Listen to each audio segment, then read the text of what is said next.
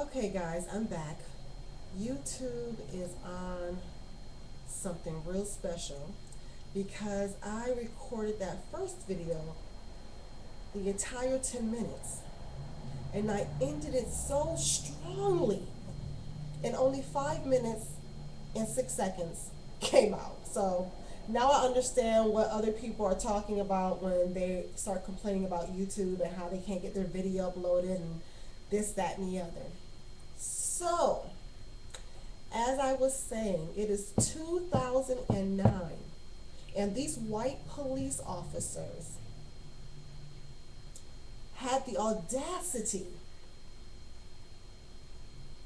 to murder an elderly black man at his home who had no weapon in front of gang of witnesses.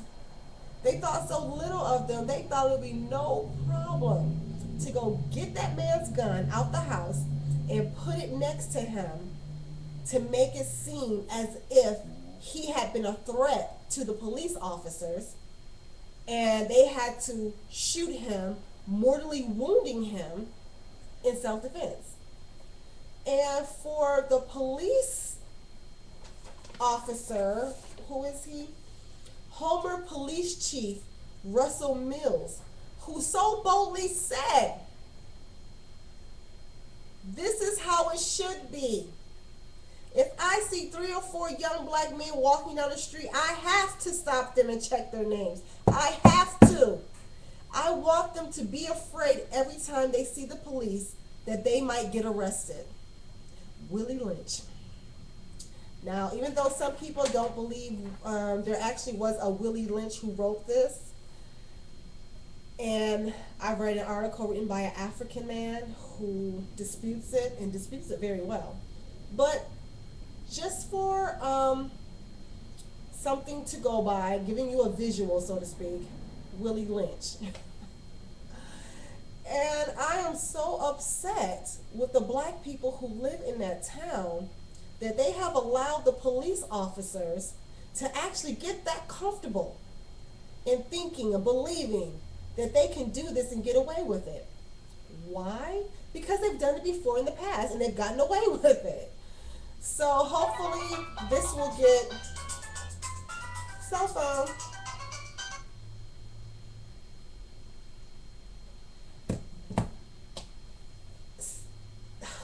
I lost my train of thought. Forgive me, people.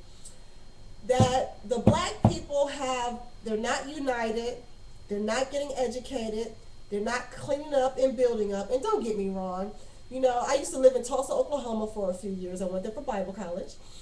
And I know that back in the day, the black people had built up their side of town, and one night the white people took it upon themselves to come over, burn down, kill, rape everybody, and they never recovered because they were so traumatized.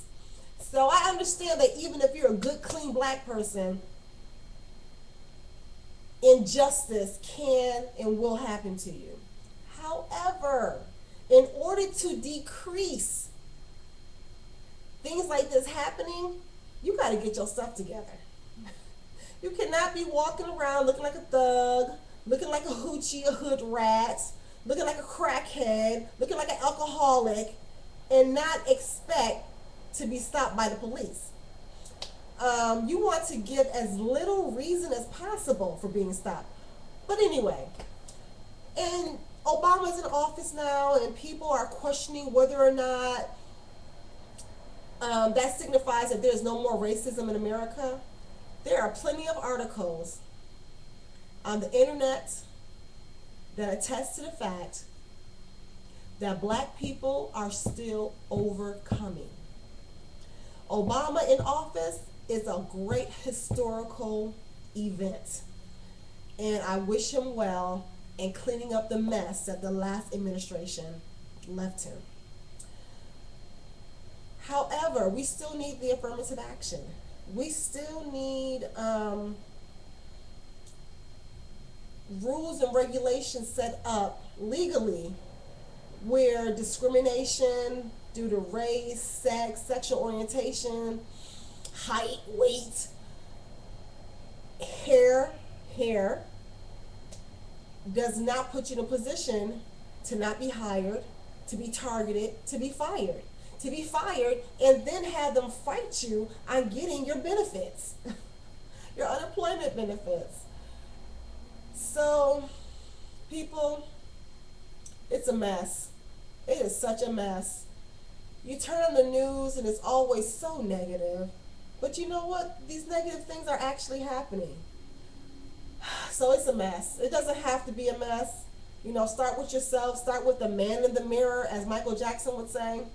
But some people, their thinking is so dysfunctional that it's never them. It's always those people. If this would have happened, then I wouldn't be in this position.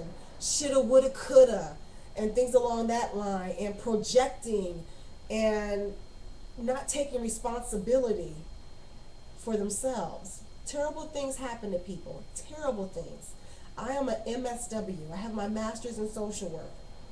The stories I could tell some of you, it would literally curl your toes. There are horrific stories of things that have happened to people when they were children that was just so utterly disrespectful and done by parents, their biological parents, people who were supposed to protect them. And so, because of this child abuse, people end up being scarred and traumatized, and then they act a fool. One of my sorority sisters said, messed up parents will mess up their kids, and those messed up kids go out into society and mess up society. And that's a true statement. That's a very true statement. A lot of us have been talking, black, white, professional, non-professional, and talking about the need for there to be some type of regulation about people who can have babies.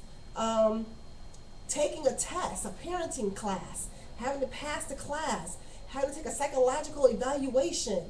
If you're on welfare, if you get Social Security benefits. No, you can't have a baby.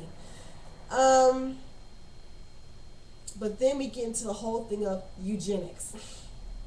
So that's the downside of it.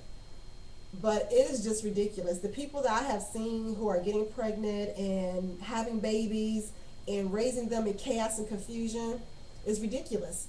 And then you have people who raise their children to be racist. They raise them to be racist. They raise them to be prejudiced.